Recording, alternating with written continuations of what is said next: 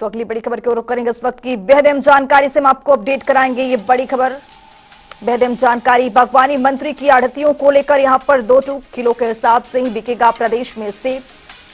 तो अब आपको साफ तौर पर आमने सामने आढ़ती और सरकार दिख रहे हैं। तो आपको बता दें, उल्लंघन करने वालों पर भी की जाएगी सख्त कार्रवाई। विपक्षी दल पर लगाए राजनीति करने के आरोप। तो ये बागवानी मंत्री की ओर से आढ़तियों को लेकर ये 2 टूक बयान सामने आया। किलो के हिसाब से बिकेगा प्रदेश में सेब।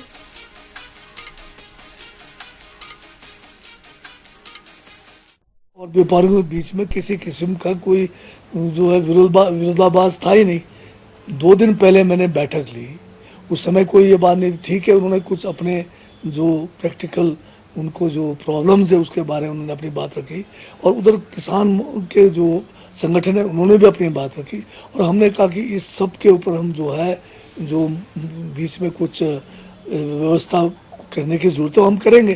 परंतु हमने उस समय भी क्लियर किया था कि वेट के हिसाब से ही फल बिकेगा, उसमें कोई किसी की रोल बैक नहीं होगा।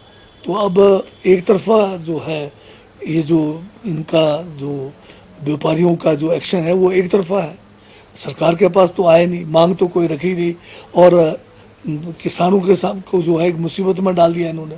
तो अब हमारे पास भी जो है कानूनन जो भी उचित कार्रवाई होगी, न्याय संगत कानून के तहत हम जो है कार्रवाई करेंगे। तो यहाँ पर बागवानी मंत्री को आप सुन रहे थे, जिस तरह से वो लगातार ये कह रहे हैं कि किलो के हिसाब से ही यहाँ पर सेब बिकेगा। तो ये लगातार सरकार और बागवान आमने सामने, आड़ती भी परेशान है। इधर सरकार की ओर से साफ तौर पर बयान सामने आ गया है कि किलो के हिसाब से ही सेब बिकेगा, लेकिन आड़ती का ये कहना है कि जगह नहीं है, जिसकी वजह से यहाँ पर किलो के हिसाब से सेब नहीं बिकेगा। पहले से ही आड़ती परेशान है बाढ़ ग्रसित।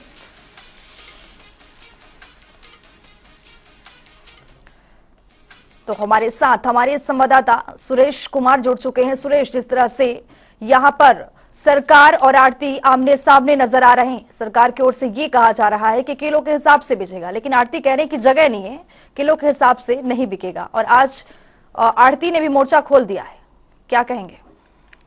जी हाँ, बिल्कुल। ये तकरार काफी लंबे समय से चली हुई थी। हालांकि सरकार ने जो फैसला लिया था वो किसानों बागवानों के मद्देनजर ही इसको बैठक जो पहले आयोजित की गई है, 5-6 बैठकें जो आयोजित की गई थी, उसमें ये फैसला लिया गया था कि किलो के हिसाब से सेब बिकेगा।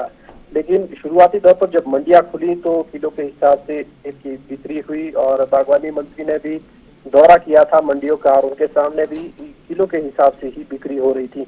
लेकिन जैसे जैसे सीजन तेजी पकड़ रहा है, रफ्तार पकड़ रहा है, वैसे में आड़तियों का कहना है कि उनके पास स्पेस बहुत ज्यादा कम है। जो उन्हें दुकानें आवंटित की गई है उसमें 2-2 व्यापारी एक दुकान पर काम कर रहे हैं, और सेब जो है हजारों की संख्या में जब पेटियां आती है तो उसको उतारना या एक एक पेटी को तोड़ने में उन्हें दिक्कतों का सामना करना पड़ रहा है। यूनिवर्सल कार्टन लागू नहीं है, इसकी वजह से उन्हें डर सता रहा है कि कहीं ऐसा ना हो कि कहीं जिसको वो सेब दे रहे हैं लगाने को, उनके साथ कोई धोखाधड़ी हो जाए और पैसा फंस जाए।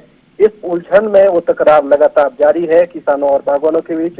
तो इस बार आड़ती ये सोच रहे हैं कि सरकार जो पुराने सिस्टम से जैसे सेब बेचा जा रहा था उसी तरीके से इस साल सेब बेचा जाए, अगले साल ये व्यवस्था की जाए, ताकि आने वाले समय में यूनिवर्सल कार्टन जब लागू होगा तो उसमें पैकिंग जो होगी सेब की वो फिक्स रहेगी, कोई ज्यादा और कम नहीं रहेगी।